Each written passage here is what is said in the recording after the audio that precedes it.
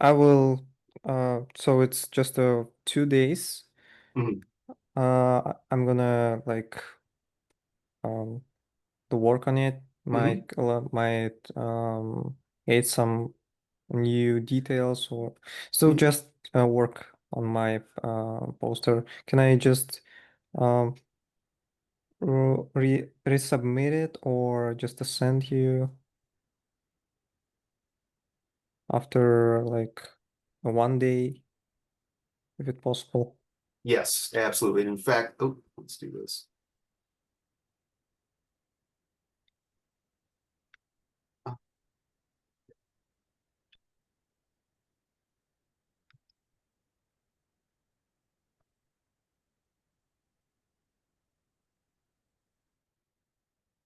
So, on that note, on that topic, as far as our 50% critiques go, I want you guys to use this Google Drive. So if you already submitted to the folder, that's fine, but this is what I'm going to be pulling out of. So if you've already submitted, resubmit to this link here. And that's also on project to 50% critique. If you go into there, that drive link is available as well. So guys, put your work in there.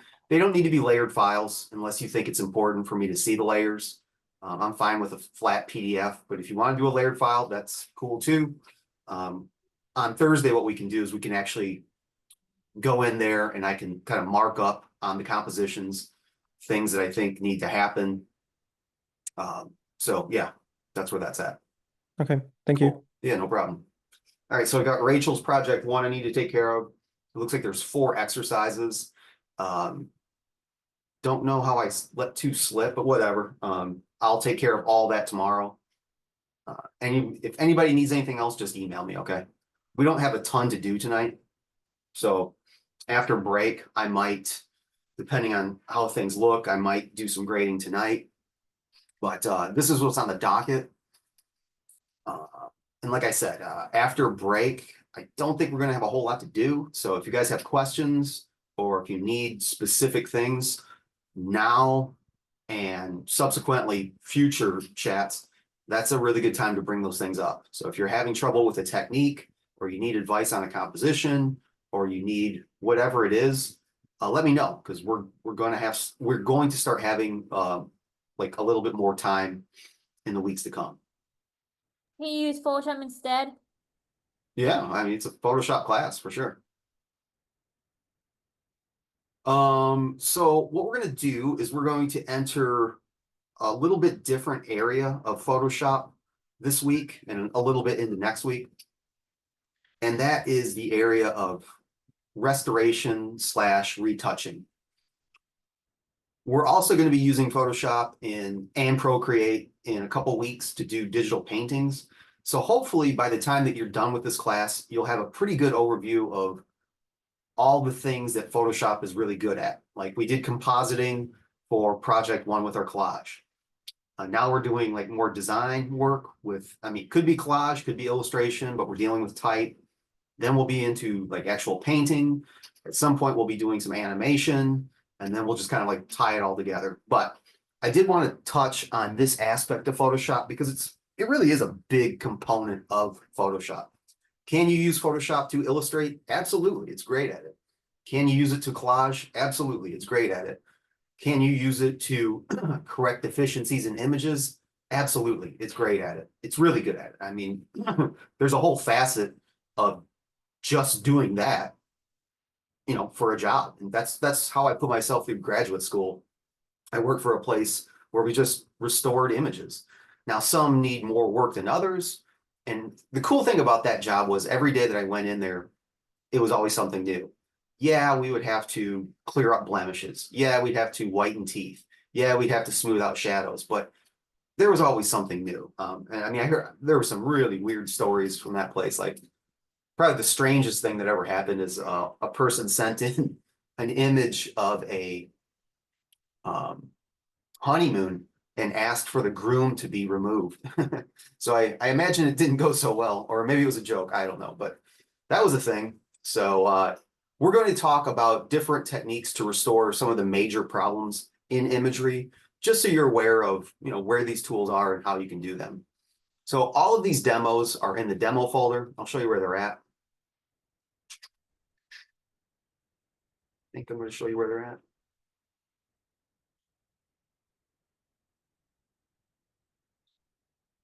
Okay. Oh, All right. So in our classroom, we go to demos, demo files.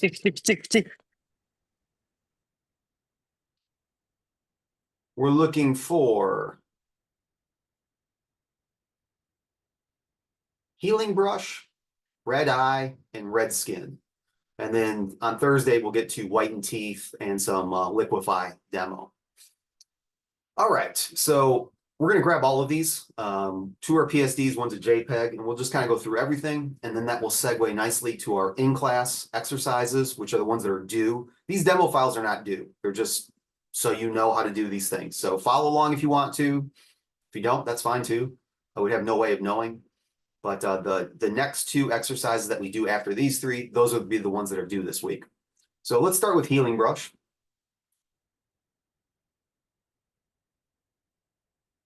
And since I'm here, I'm just going to go ahead and download the rest of these. Red eye and red skin.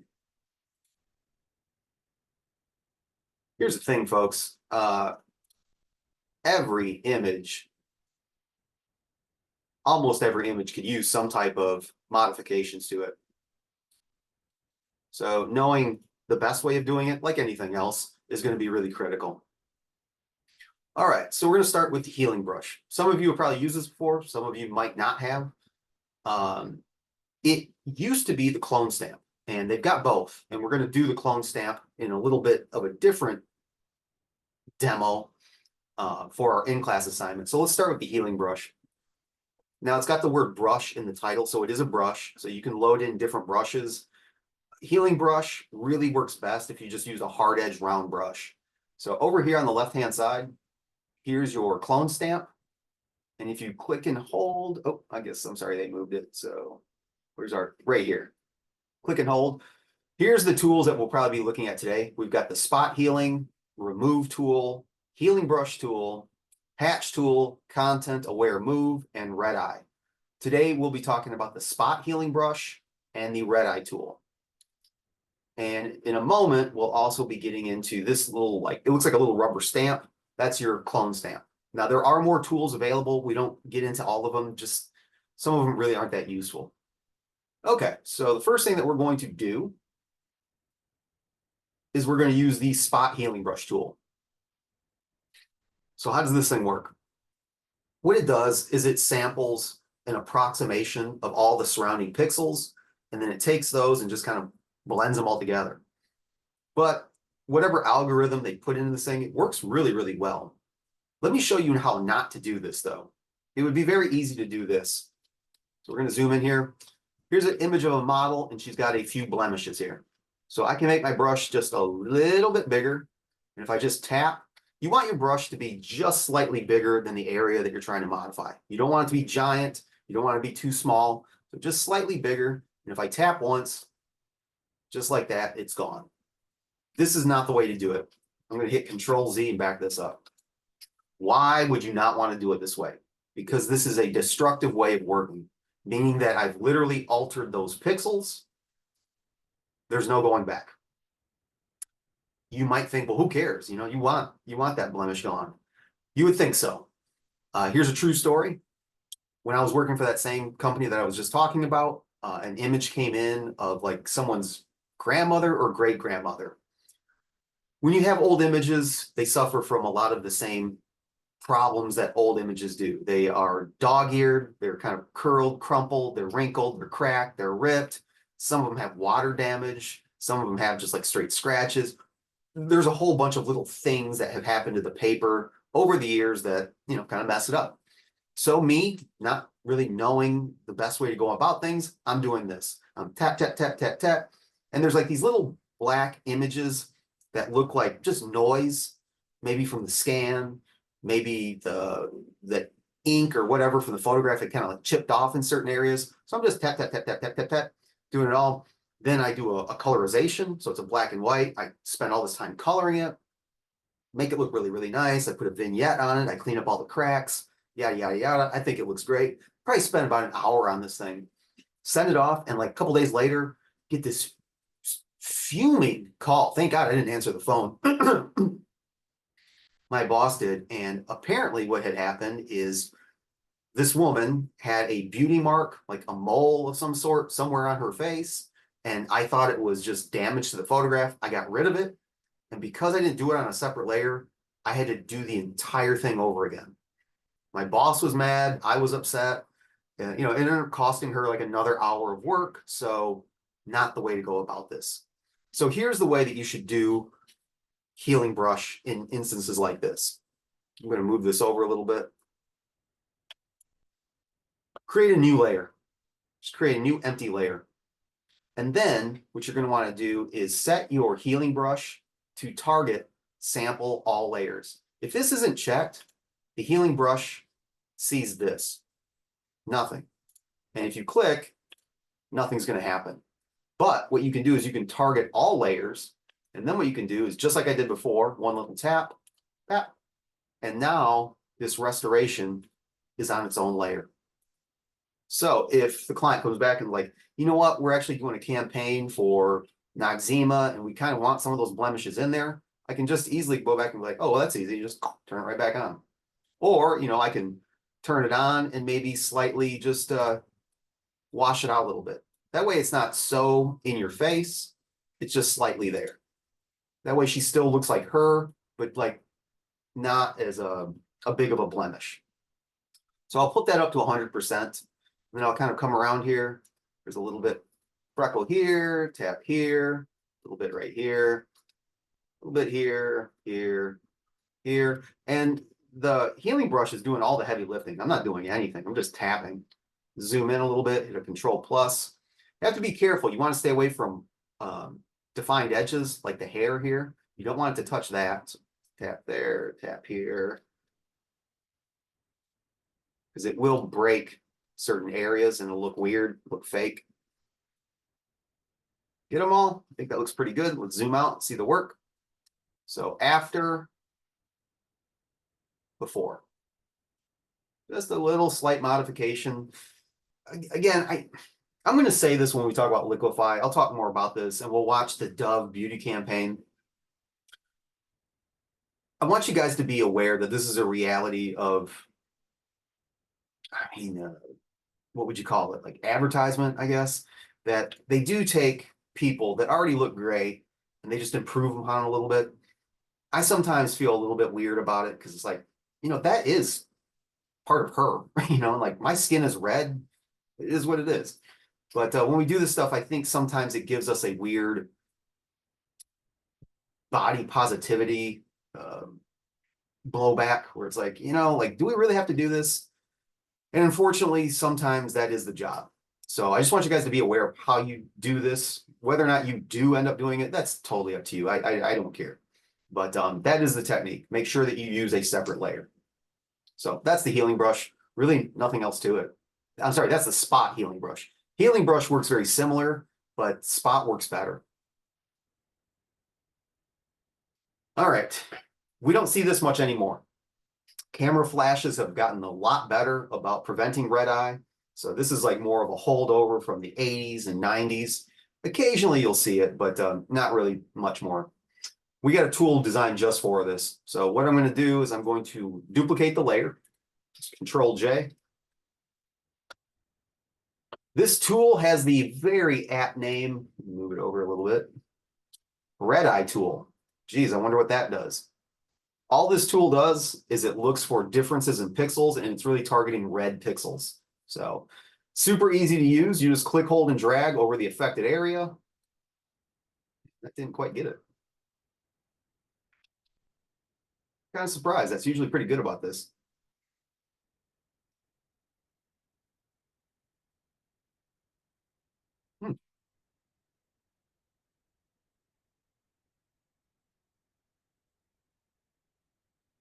Kind of made a liar out of me. That it usually will just click on it right away. I'm just curious. Huh. Weird. Maybe maybe my Photoshop's running a little bit goofy, but that got a little bit better there. Usually the first go, it should be just fine, but that is how it works. Now, it's not great, so let's pretend for a second that I'm a designer and I'm up against the wall. How do I fix this? Guys, really easiest way here is just do a hue saturation adjustment layer. Target the reds under master, just go right to reds. Pull the saturation all the way down. Flip your mask, control command I, and then just paint in, hit B for brush, paint in those little red areas. So we're at 25%, let's go to 100%. Boom. Yeah, I think it's my version of Photoshop. That should be working just fine. And then if you need to, you can just paint those black if it looks weird being black and white. I probably should have restarted. Hopefully Photoshop doesn't act too buggy tonight. But that's red eye. And guys, it's really that easy. There's nothing else to it. So I'm sorry, where did you find the red eye tool? I can't like find it in my workspace. click and hold underneath your spot healing brush. See if it's there. Um, Should be at the bottom.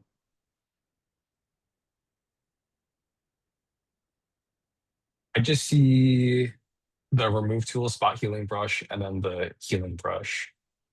I wonder Yeah. if what version of Photoshop are you running? Um, does it just say like at the top, it just says like Adobe Photoshop 2025? You should be able to go down. Are you on a Mac or a Windows? I'm on Mac. You should Yeah, I wonder if it's like my workspace. it could Because be. right now I'm just on Essentials. That's probably what I'm on too. If you go to your apps, if you go to the Creative Cloud and go to apps, it should say what version you're running, or it should say if you have any updates to run. Like it looks like I've got an update available, so I might not be running the most current version. But let's do this. Let's go to Window, Workspace, and then what I want you to do is go to Reset Essentials. Mhm. Okay. Now see if it's underneath your spot healing brush.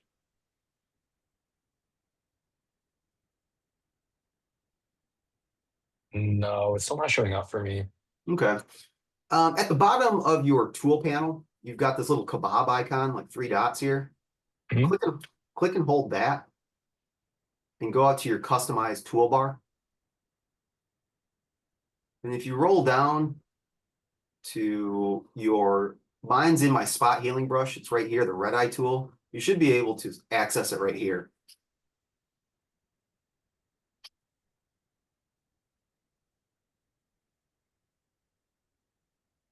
I think I found it. So do you see It's yeah, it's under like extra tools instead of like toolbar. So you might be running a newer version. Here's the thing, folks. You really notice this a lot in Illustrator, or at least I do. Photoshop, not so much, but the more updates that are run, the newer versions that come out, they start to say, all right, well, we're going to introduce the color replacement tool. And you know what? We've come to find out that not too many people use the patch tool anymore. So they put it in extra tools. That way it doesn't hog up your workspace. So I guess what this is showing you is the red eye tool is kind of on its way out. Yeah, I just moved it to my toolbar, so yeah, now it's showing up for me. Yeah, thank you. Yeah, no problem. That's going to happen, guys. If you can't find a tool, this is where your extra tools are. It's the same for Illustrator. We were doing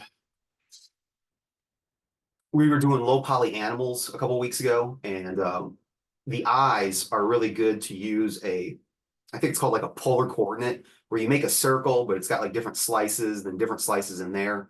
That tool does not exist in the workspace by default, so you have to go into the extra tools to find it.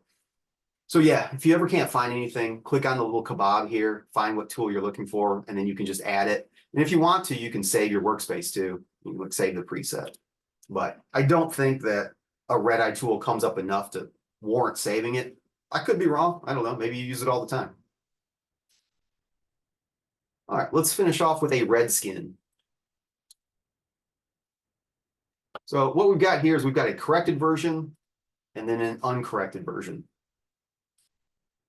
I saw this all the time. Every time someone would send in photos from vacation, they'd be sunburned, like just, and here's the reality. I don't care where you're from. You could be white, you could be black, you can be brown. All of our skin has red in it. It's the most predominant color. Some of us have more red than others, but none of us really have blue in our skin. None of us really have green in our skin. Some of us have a little bit more yellow, but the predominant pixel color, regardless of what you look like, is going to be red. This girl, I think it's a girl, has probably like some blushing or maybe like some rosacea. This happens all the time, and there's different ways to get rid of it, but this is a really good way of using hue saturation, spotting a certain tone of color, and then letting the sliders do all the work for you. So check this out. So move this up. All right, so we've got an adjustment layer already, and this is what we're going to go for, just a more even tone, right? Turn that off, and I'm going to, again, go to hue saturation on my adjustment layer. Now, we've used hue saturation a few times. Some of you might have used it a few more than that. You know that hue is just the color. So green is a hue, blue is a hue, yellow is a hue. So by spinning the hue slider, it's going to affect all the pixels equally. So red becomes purple, green becomes yellow, whatever becomes whatever. Cool. Saturation, that's your vibrance, your chroma. So that's your black and white, and that's your uber chromatic. Okay, good to know. Lightness, darkness, or what we call brightness, that's the amount of shade or the amount of tint. All right, so now that we're familiar on what all those sliders mean, how can we use this tool to address certain colors? That's what this little hand is right here. It's like a little finger that's got arrows pointing either way. If you click this, it's going to allow you to target a certain pixel or cluster of pixels within the composition. So in this case, I'm going to click right here on this cheek. Those are the pixels I want to affect. When you do that, you'll notice that a couple things happen. One, the channel goes to red. It sees that as being red is the primary color. Second, it brackets your red down here in the bottom slider. All right, so how is this going to help us? What you're looking at down here is a threshold. It's saying, all right, those pixels that you just sampled with the eyedropper, they kind of fall within this red category. Now we can say open it up a little bit or close it down a little bit, and then we can kind of affect it. So the way that you do this tutorial is you narrow your margin. So we've got two threshold sliders on the end, and then we've got the caps or the actual block of colors inside. I'm going to take the threshold and bring those in, and then I'm going to take the gaps here and I'm going to crush that in a little bit more. So first things first, bring that in, bring this in. I'm going to start to really focus my scope. Now, I can't really tell what I'm doing that great. So the next thing I'm going to do is I'm going to pull up the saturation all the way up. I'm going to pull the hue all the way over. Why am I doing this? Because this allows me to see exactly the areas that I'm targeting right now. So now I can see this a little bit better. I'm going to go ahead and really bring this a lot closer together.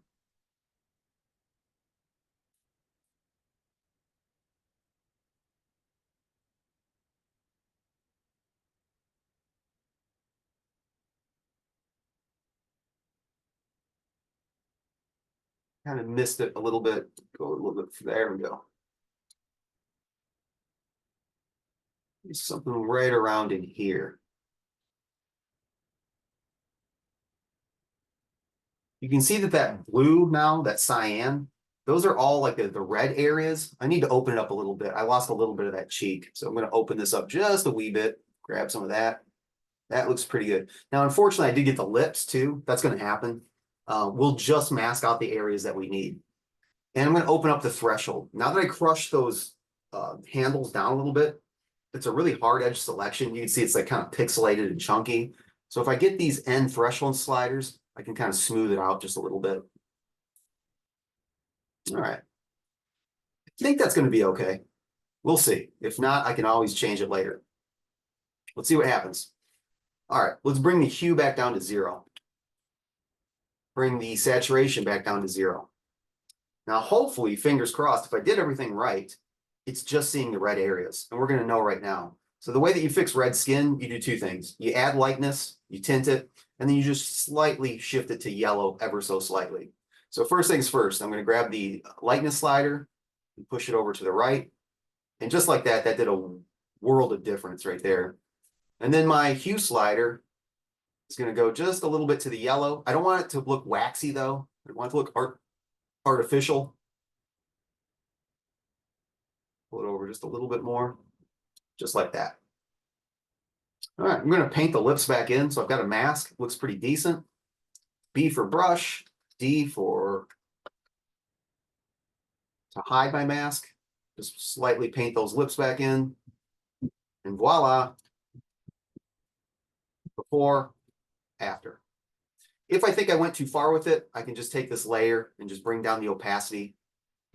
Bring a little bit of that red back, but not as much as there was before. Just kind of cooled it down a little bit. That's it. Guys, I didn't invent any of these techniques. If you Google how to fix red skin, the first tutorial that comes up is going to do the exact same thing. And they do them a lot faster than I do them. They're doing them in like a minute. In fact, I've got it pulled up. Check it out. Let's see. This kid did exactly what I was doing and does it in 1 minute. So this stuff is out there. If you ever run into a problem, you're like, oh, I got a red eye that I need to fix. Just Google it if you can't remember. Or if anybody wants to see another person do it, I'll link to it. His YouTube channel is actually pretty good too. Here's what I've come to like about certain YouTubers or streamers: brevity. I used to do tutorials that would be like 10, 20 minutes long, 2 parts, 20 minutes long. I come to realize over the years that like nobody's going to sit around for that. So if you can get in and get out and just get your information like that, that's all people care about. So when people get it down to like 1 minute, 2 minutes, I can dig on those tutorials. Okay, well, that is restoration part 1. More of that to come. We're going to deal with the clone stamp, and we're going to deal with a composite, and we'll do them in that order. So, guys, these are exercise.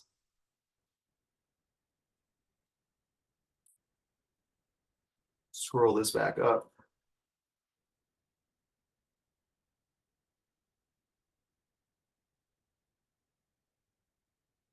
And just so you guys are aware, the 50% critique, there's the link to the drive. Okay, we are moving at a pretty good pace here. We're on exercise 19 and exercise 20, clone stamp and composite. So we'll start with clone stamp.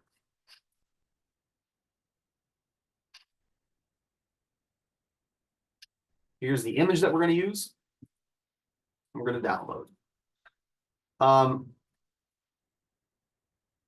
be honest with you, the clone stamp is something that is not difficult to use, but it can take a while to get really good at it. So if at first it's not perfect, don't worry. The more that you work with it, the better you'll get. There's like a method behind it. And you do have to be a bit careful. The clone stamp is the one tool that I see that really gives away whether or not someone has done some Photoshop altering to an image.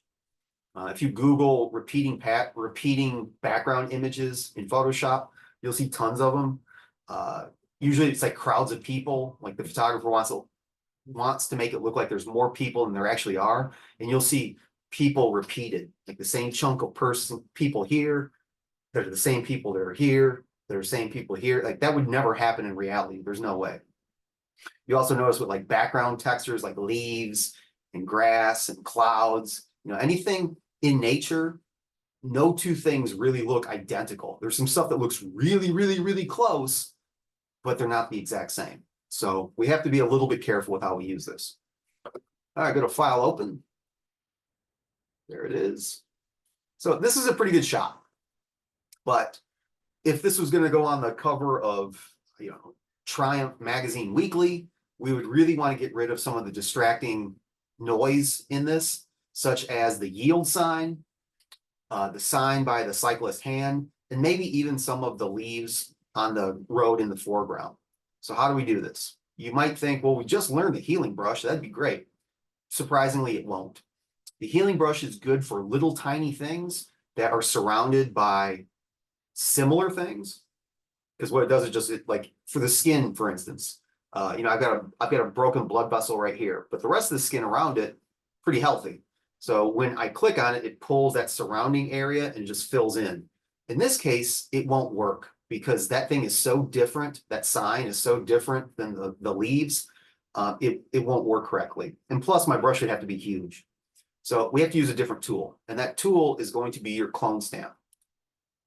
Now, your clone stamp behaves a lot like your healing brush in that don't ever do it to the layer itself.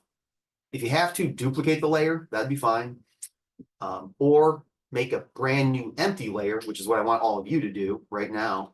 So we've got an empty layer here, and you don't have to do this, but for your own personal benefit, it's good to name these, and you would call this like clone. And that's where your clone stamp goes. So you got your clone brush here. Make sure that you have current and below.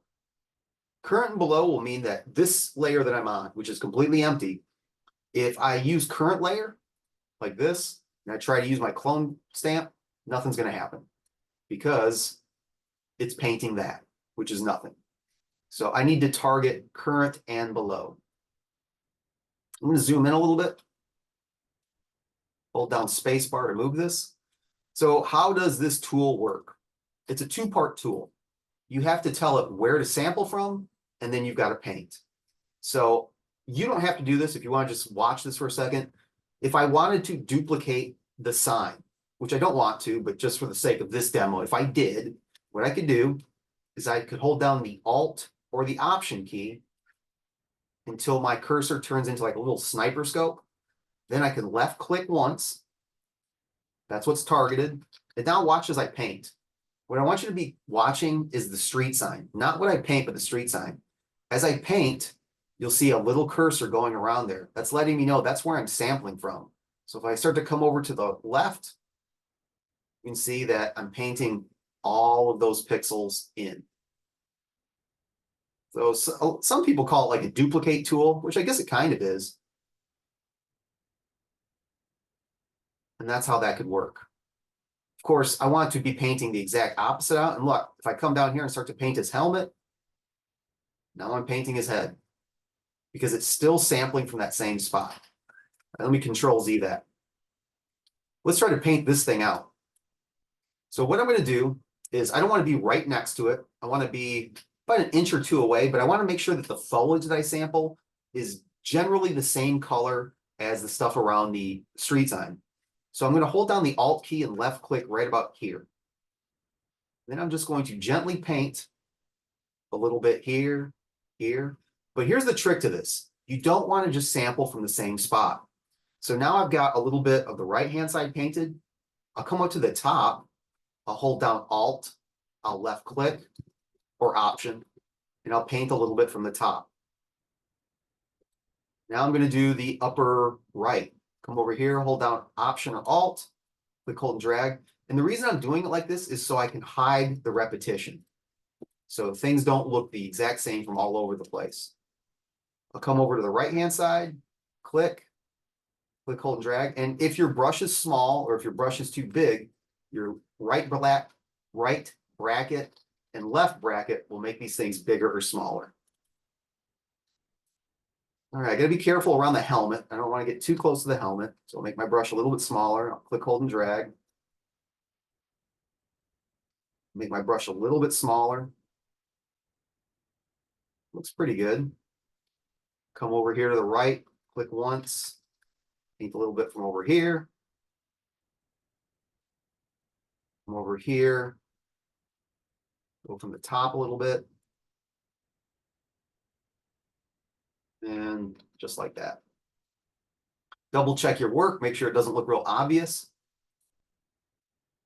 Something looks a little bit weird right there. You need to come in there and see what's going on there.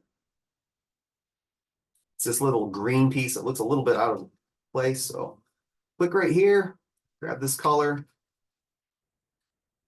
I think that will probably fix it. And that's better. Can you show again how you, okay, so that works with like the two eggs. So like one is the one that will like kind of like color, and the other one is the one that takes the color from like the other area. So it's a two-part process. I'll do the leaf. Yes. I'll do the leaf in the foreground here. Let me zoom into this Ha- leaf. But like how do you make it what is it called? Like how do you make the distance between both crosses? Or like how do you place the actual texture that you want to color on the other area? You know what I'm trying to say? I think so. And this is what I'm talking about. Like, this takes a little time to get good at. So in this case, this leaf right here, this should be pretty easy. What I can do is I'm just going to hold down the Alt key. The farther I am away, like say I'm over here and I sample from over here, when I click, hold, and drag, it's sampling from over there. And as I paint, it's still picking up the pixels as I drag to the right. So let's do this area right here by his hand. I'm going to try to get this out of here. So I'm going to start to the right. I'm holding down the Option or Alt key, and I sampled by left clicking. Now I'm going to let go of everything. I'm just going to move the mouse over here, and I'll left click, and I'll click, hold, and drag. And wherever I sampled from, those are the colors that it's going to pick up.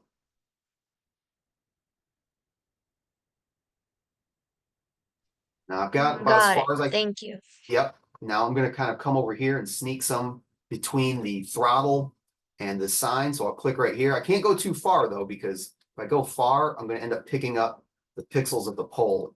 So I got to do a little bit from over here, come over here, click again to sample, click, hold, and drag, paint, paint, paint, paint, paint, paint.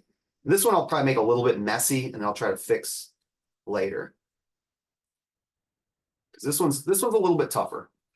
Yeah, I got more stuff to kind of manage here.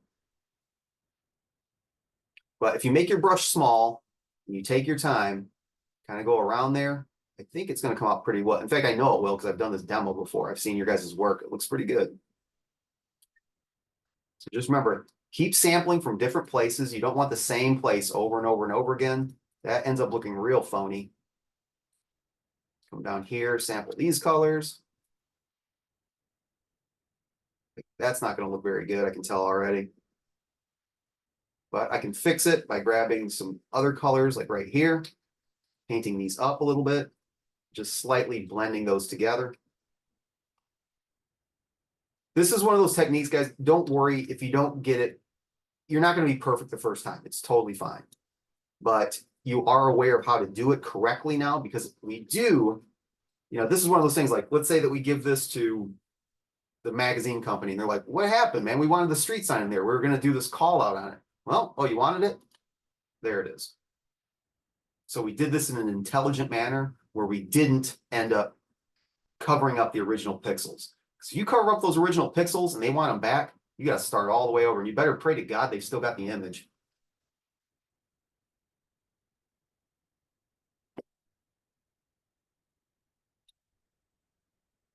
There is a link. Let's see if it's a video. Yeah. So if you need additional support, This is a great image. Unfortunately, this video will walk you through exactly how I did it.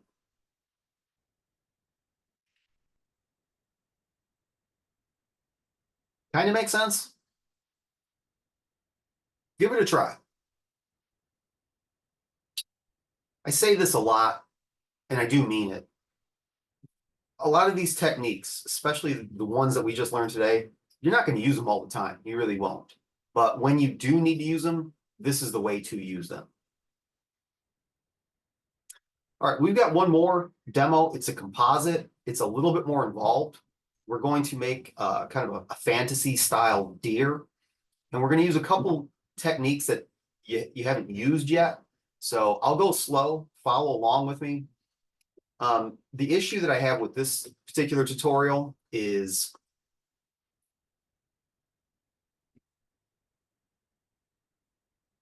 if you go to there's no video, which really stinks.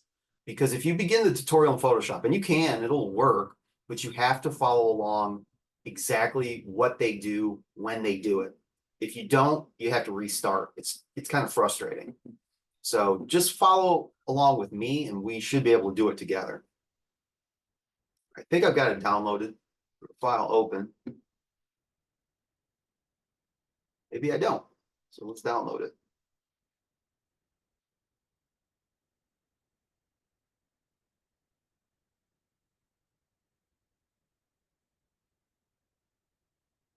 Okay, so here's the file. And what we're going to try to make it look like is this. So it's going to look like the deer in this wooded environment with, in addition to the antlers, it's going to have like flowers growing out of its head. So kind of like a mythical creature.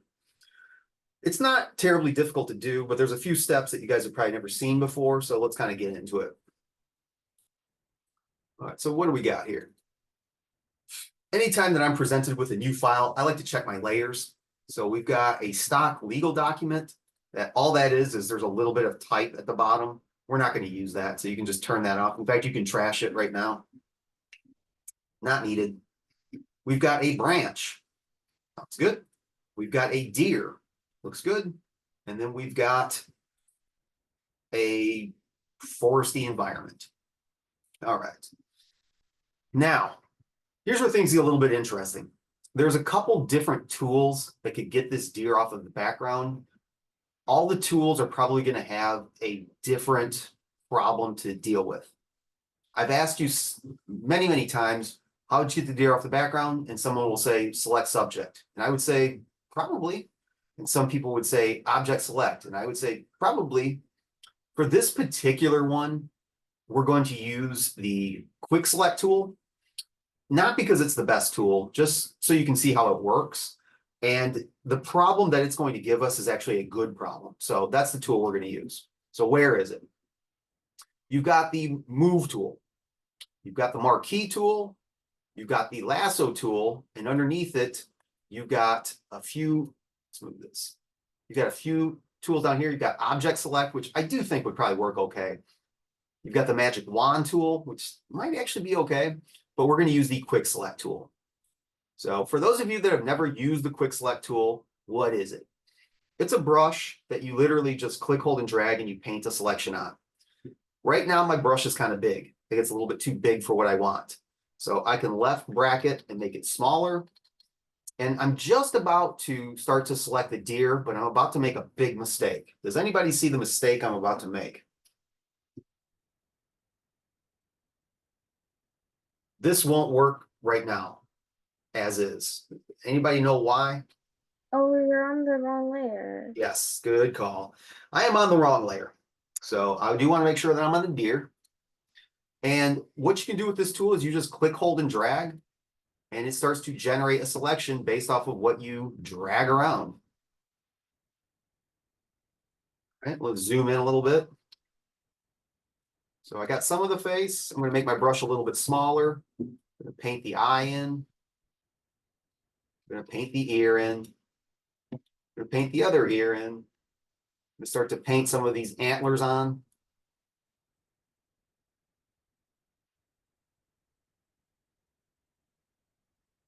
And I can see right now that it's working, but it's really not working that great. It's not getting everything that I want, and it's actually getting more in some areas that I want. So I'm glad that we tried it, but this isn't going to work. So if you were moving along and you like your selection, that's cool. We're going to deselect it. We're going to try something different.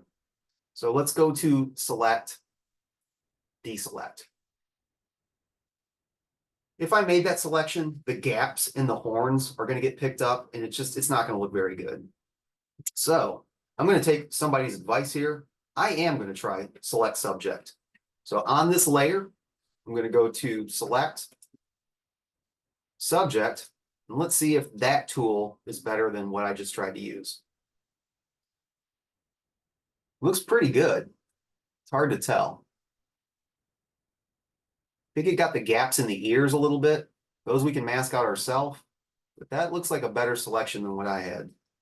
All right, we've got a selection. Go ahead and hit it with a mask, and we should get a pretty decent background selection. There are some problems.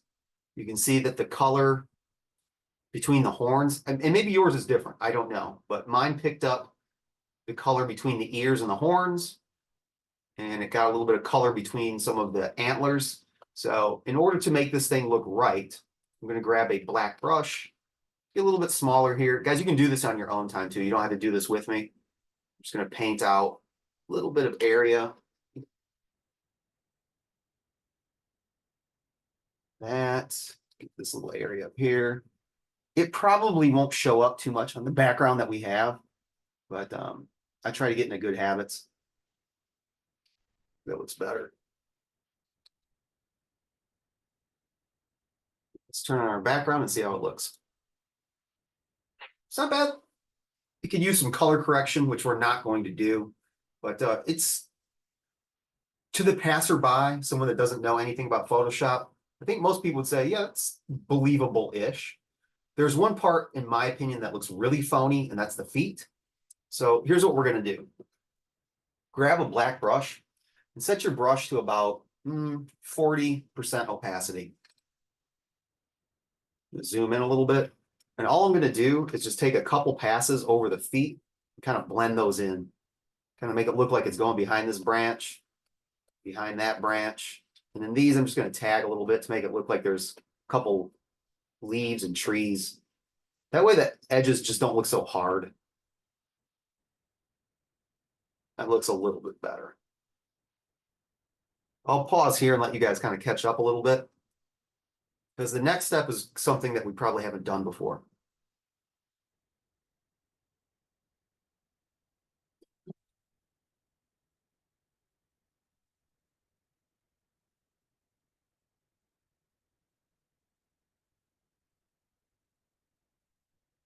What we need to do is we need to get the branch on a mask. Again, could we use a wand? Maybe. Could we use a object select? Maybe. I want you to be aware that there is another tool out there. This one's based off of color. It's called the color range. So if you're ready to move on to the next step, we need to enable the branch layer.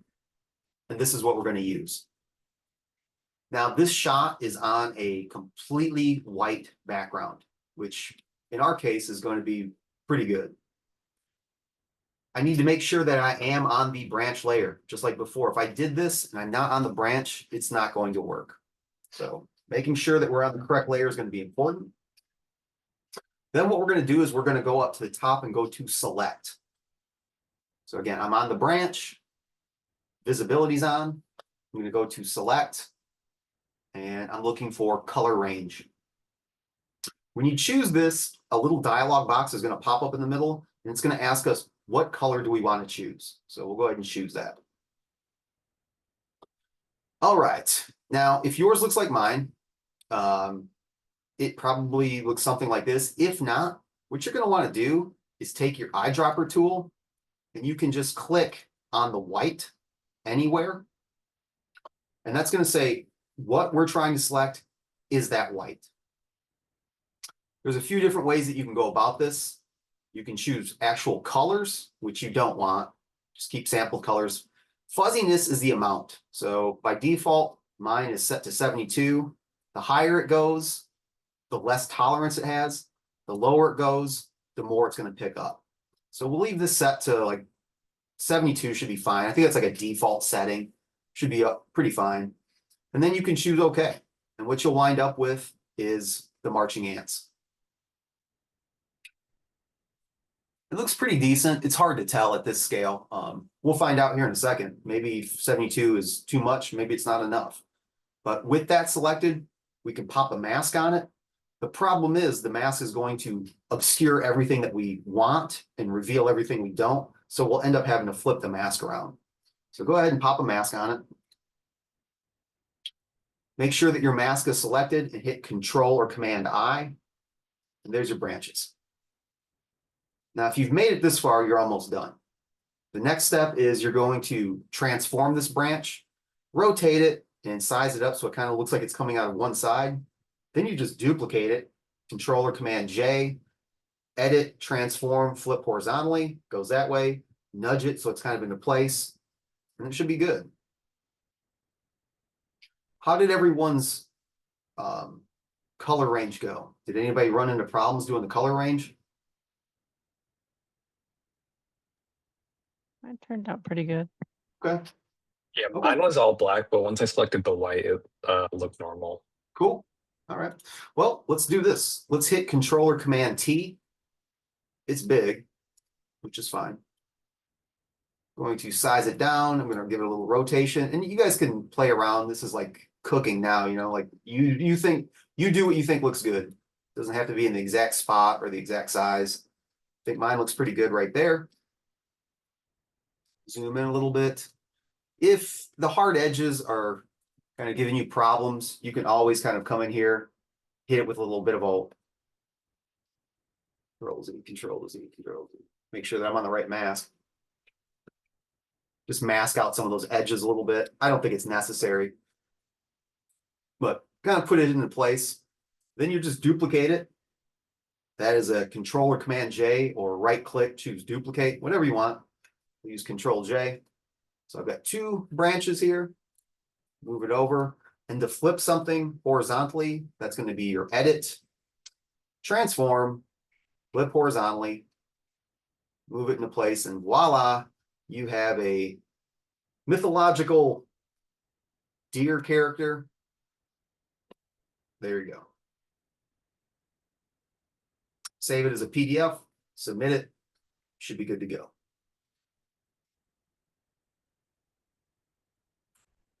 Now, we don't have much planned for the rest of the night, which is too bad because we've got a lot of time left. I will say this, I've gotten 2 emails, Darshane, and who else emailed me about their final project? Was it Chris? Zach? Somebody did. Not I emailed you too. You did, Rachel? What was your idea? No, Daniela. no, the Oh, other day. Daniela. Daniela, what was your idea? It was a video game cover. Yes. Yes. Okay. So sorry. It was Daniela and it was Darshane. So here was the ideas that we've got so far. A video game cover and a record album sleeve. Love them both. Sounds like a lot of fun. My advice to both of you is you're going to do the front and you're going to do the back. Now, what that looks like is entirely up to you. For the record cover, it needs to have the name of the artist, the name of the album, and a track list somewhere there. It's usually, the track list is usually on the back. Name of the album, name of the artist is usually on the front, but it doesn't have to be. Video game cover has to have the name of the video game, the company, you can make it up or you can just pull something from the web, I don't care. And then the back should have a small block explanation of kind of like what the game's about. Okay. Yep, but both of those are absolutely fine. Make sure they're print quality. Make sure you design them at 300 DPI. The video game, you tell me the size that you think it's going to be, fine. The album, you can Google it, but I'm pretty sure because we do this project, it's 12 inches, 0.375 by 12 inches, 0.375. Should be a perfect square, big enough to handle a record. Got it. Just to confirm, you said name of artist, the tracks, and the album title? Yep. Okay. At a minimum. If you want more on there, you can, but that has to be on there. Okay. Got it. Mhm. Thank you. Other than that, ladies, have fun. You go ahead and get started. You know, if you want to start showing progress in the weeks to come, that way, neither one of those projects are huge. And the purpose of this student-run project isn't give me the biggest, most complex thing you can do. No. Just do something you want to do. Do something that's outside of class, have fun with Photoshop or Procreate or whatever, and see what you can come up with. There's a very good chance if you start today, you'll be done well before, finals. And then you're good. Anybody else need to see anything that we covered today, or does anybody else need to see anything covered while I have Photoshop open?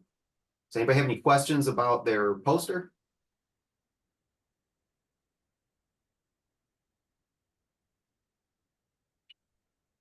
All right, well, I'm gonna close this out. I don't really have much else planned right now. I've got a book cover. No. Oh yeah, it is a book cover demo. I don't want to end it.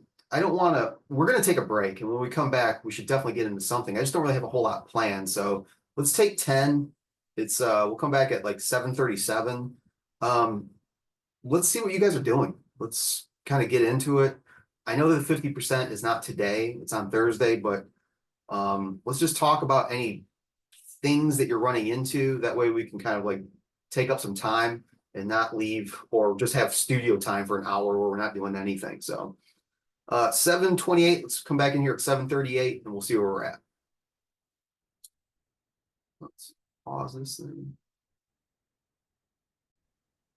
Do you want to share your screen? I don't have anything quite yet because my avenues were either teach myself Blender Hmm. or use the 5 Lego minifigures I had to Oh, like figure photo, something out. like to photograph them, you mean? Yeah, take a picture of them and then I can even like put them in Procreate and trace over them and make them look nice and change them a little bit. Yeah, that's interesting. So is the issue still the hair? The hair was the issue with the initial Illustrator idea, as Yeah. well as making it into different poses and not just Let me try something real quick. Let me share my screen. See what we can do.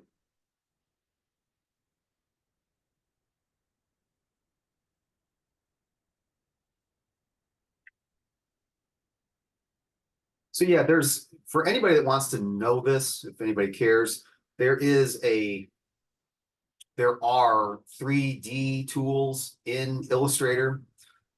Now, if I was to say that 2 years ago, I would say that there are 2.5D tools in Illustrator because you're using anchor points and paths to make something look 3D.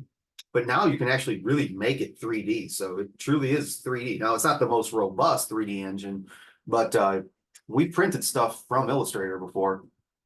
In fact, there's one of them right there. All right, so let's come on, yeah. What's up? Let's make a new file. Like a 4" by 4" is just fine. All right, we'll start with the head, and then I'm going to see what I can do as far as like faking some hair. So, Lego heads are usually round-ish. And they've got a little top to the top.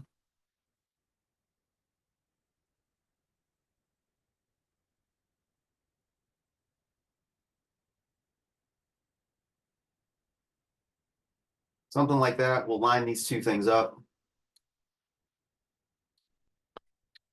Merge them together and turn it yellow. No stroke. Yellow fill. Now here's the thing, if I revolve this right now, it's going to make a weird donut shape. So what I have to do is I have to cut this thing in half. So should be able to select all of these anchor points and just hit, that might not work. Let me try this.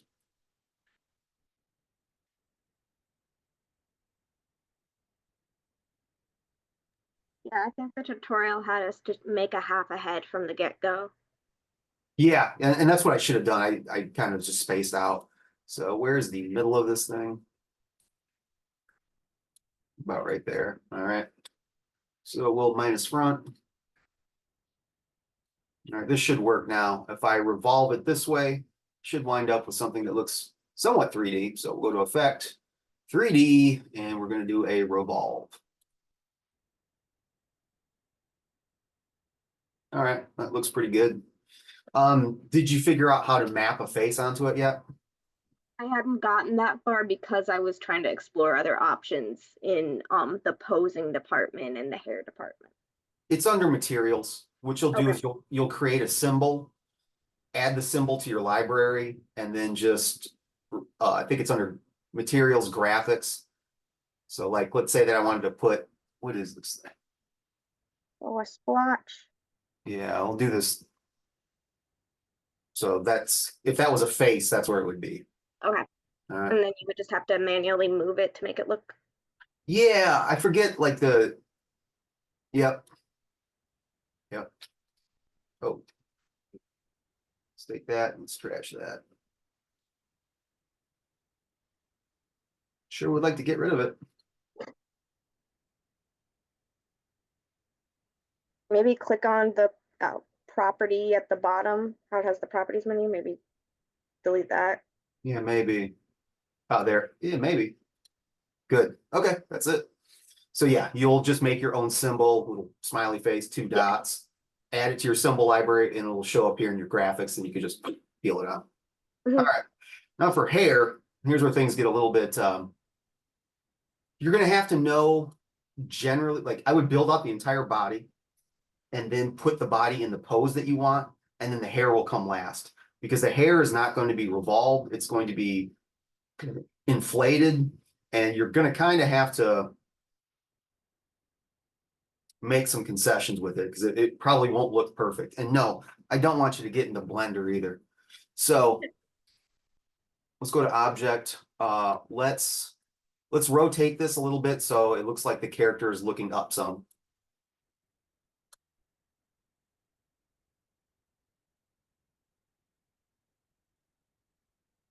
We'll call it like that. All right. Hair. I'm going to do it on a new layer. When I think of the Lego movie, it's just kind of like almost like a bowl cut. So I'll start there. I'll start with this shape and turn it brown.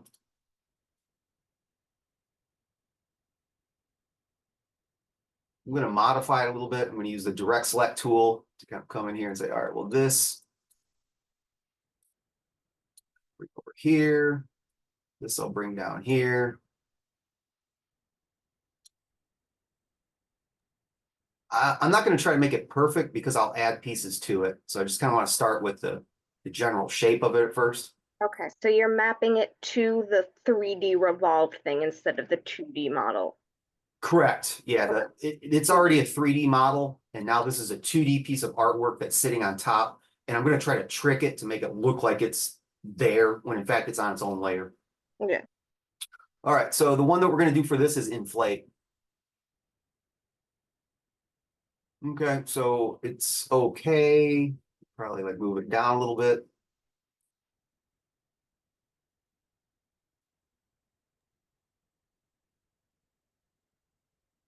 I found that doing the bevel actually works well. So if you did extrude and then bevel, it gets some of that blockiness. Yeah, extrude just goes straight out. That's the problem with extrude. That's why it does that. That makes sense. Here's what extrude is good for. If you got some like type, like if you want to do your name,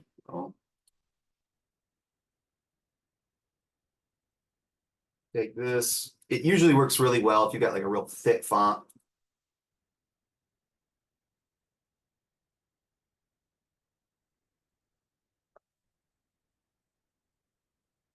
So that's hard to see because it's black is just if we change it to blue. So that's what extrude is good for, like hard edges that you just want to come straight out.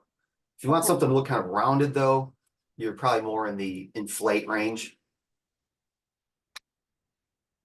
All right, let's get back to this guy here. So that's one piece. If we need to add like a little sweep of hair on there, grab my pen tool.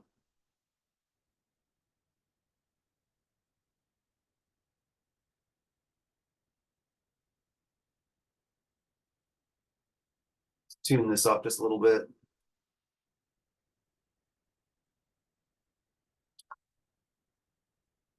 And really what I'm doing is I'm just like hiding some of the edges. So I don't want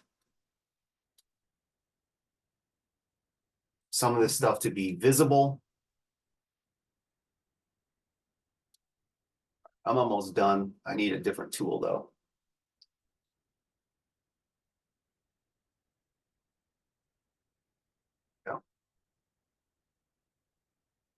more or less. All right, so let's take that, fill it with that same brown. I think that was the color.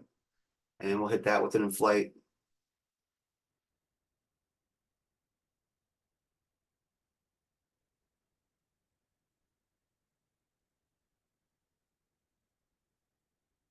And then what you'd want to do is just start to change some of the properties. So maybe this one doesn't have as strong of a shadow as the other one, so it doesn't look like so layered, or take another piece and stitch another piece over here to be like the side of the hair.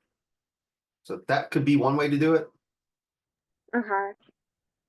I know my contingency plan was to find other Legos, because I'm trying to rework the concept a little bit, because if you remember my sketch on the Mhm. top, we there were like a bunch of the games on there. I Mhm. realized that finding high quality images of the game spines was also going to be difficult. Mm, And the things that I would have to make would be like the Warner Brothers logo on like the bottom corner of the box. yeah, a couple things And about that. Like Warner Brothers should be pretty easy to find. I don't think that's going to yeah, be difficult, but it's easy to find, but like I would rather not have that be the showcase part. mhm. So I was trying to rethink of maybe in that upper area where the game shelf would be like a Lego scene of all the Legos trying to like pull together these letters that say mini kit marathon, Mhm. which is why I needed more dynamic poses, which is why I wasn't sure if this method was going to cut it.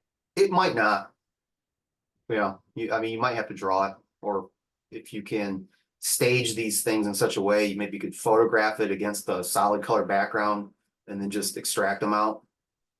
Yeah, I might, because what I have is limited, I might do more of an illustrative method where I photograph them and then draw over them Mhm. to make them a bit clearer, and I have more control over the colors that way. Sure, makes sense. You might want to see if there's like a website that you can build your own Lego figure and pose it.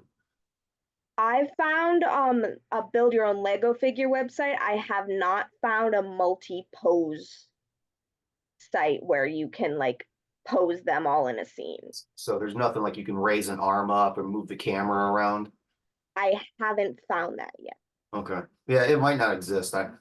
There's a there's a site called Hero Forge. If I anybody's love into like, Hero Forge. yeah, so like, and that one you can move around the figure and see it from all the angles and stuff. Yeah. Well, yeah, that's the beauty of design, or maybe the problem of design. Like, you've got this good idea and then you run into a wall. So you solve that one problem, it creates a new problem. So you just got to kind of like work through it. Mhm. Yeah, I wish I could tell you more, but it sounds like you're exactly where I would be right now. Yeah. There's a couple other avenues I have of obtaining more Lego figures for this. Mhm. We will see what happens by Thursday. Okay, sounds good. The other question was more of a question I think could be applicable to everybody about Uh-huh. the billing block itself. Hmm.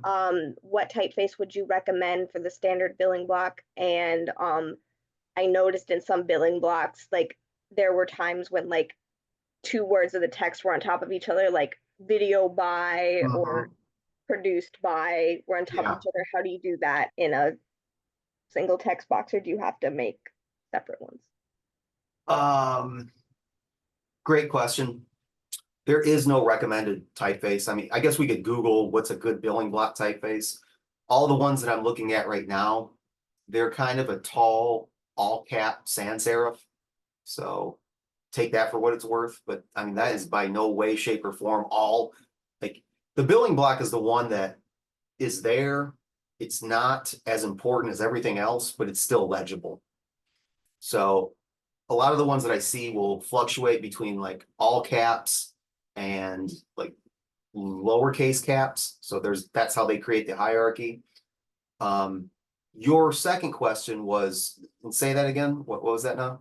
So on some billing blocks, the smaller letters, I guess those are small caps, they break themselves up into two lines within the same line. where it says produced by, and then it says something and it's like video editor. Do you have an example? Yeah, give me a sec. Yeah, share your screen. Let me see it. Let me Take your time. re-Google it.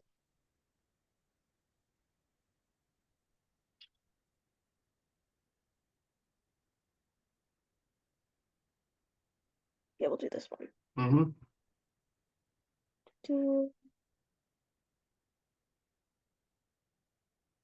Oh, this isn't the best example, but That's fine. Which one are we looking at? let's take a look at this one here because it has clear text. Yeah. See where it says executive producer? Yep. How Okay. that's on 2 lines? Yep. Got And it. then Okay. So is there let's a way to do that within the text box, or is that just to move the text? do me a favor. Bring that back up one more time. I'm gonna take a screen capture and I'll put it together in Photoshop. Okay. All right, cool. All right. All right, so let's build that thing. Don't need this anymore.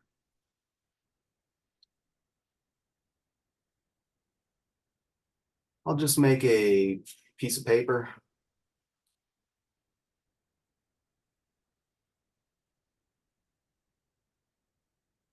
On Thursday, I want to go over again how to submit your process document and how to use the mockup file. Half the class got the process document wrong. It's not hard, but I want to keep going through it over and over and over again until everyone gets it right. All right, so we'll go to file place, embedded, should be in my pictures.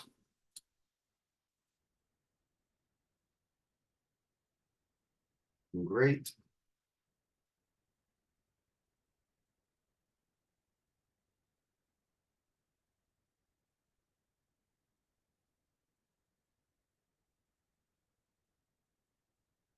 Yeah, so here we're looking at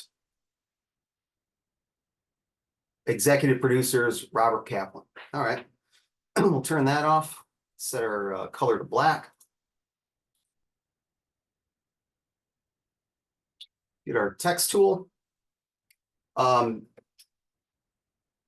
first part of your question is, it is 2 separate type blocks. So we'll start with Robert Kaplan. Now, Robert Kaplan is just one name, so I think point type is just fine. So I'll just click once, and I'll type in, I'm going to do Robert Kaplan. All right, this typeface I definitely would not use for a billing block. Who knows though? Maybe if it's a rom-com, or I saw a movie over the summer called Red Rocket. It's a Sean Baker movie. This looks very Sean Bakery, but I don't know how well it would read at a small size. So maybe not. We'll go to window. Let's get our character panel out. Let's find a little bit better of a font. I had said that a simple sans serif works pretty well. That might be a bit too thin. I do like it. But we'll keep it even simpler than that.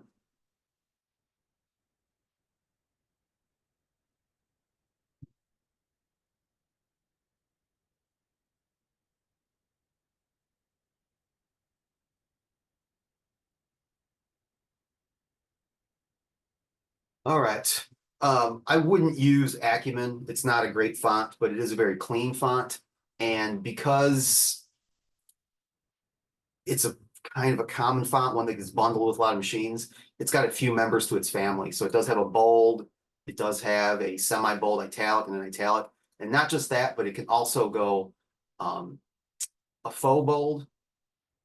And more importantly, is it can do like a justified all caps. So that's what I was looking for. Now, in order to make it a little bit taller, and I don't recommend doing this, but just be aware that you can do a vertical scale here. I'm going to take that bold off.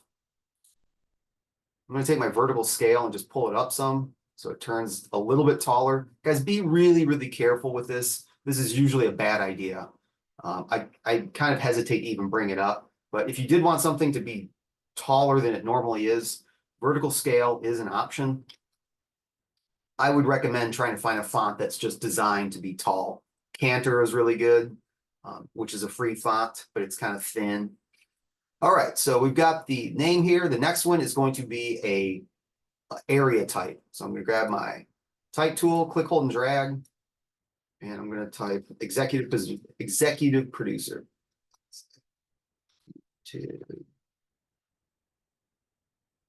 Producer.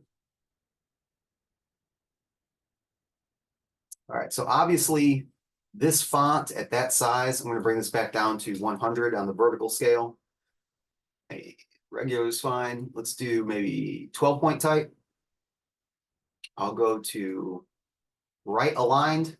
Now I'm lucky because executive and producer looks like they have the exact same amount of characters, more or less. And there you go. They're taking up a little bit too much room. If we zoom in here, and if I was to pull out a guide. So this is what we call the baseline. Robert Kaplan is sitting on the baseline. Producer is not. So producer needs to come up a couple ticks. Now the problem is the cap line executive is too tall. So on executive producer, go back to your character, and I'm going to adjust the leading. It's 12-point type, so I'm going to choose 12-point leading. This is what's called set solid. Oof. Go back to my move tool here. And that seems to fit perfectly inside of there. It's a nice puzzle piece, all blocked off.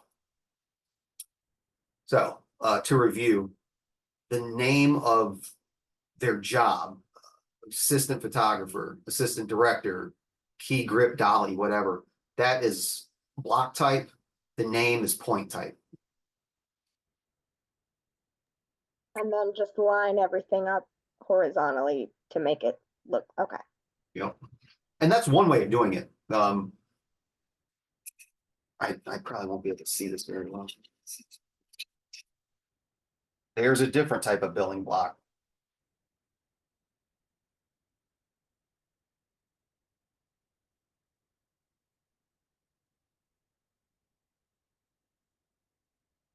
There's a different type of billing block. So they really do come in lots of different shapes and sizes. The important thing is that we can read it and that it doesn't really take away from what's important to the composition. So I think you're doing the exact right thing. Find examples. Find one that you like and just recreate it. That's what I would do. Okay, cool. Mhm. That's all I have for now. What else? Anybody else have questions? Things that we can go over?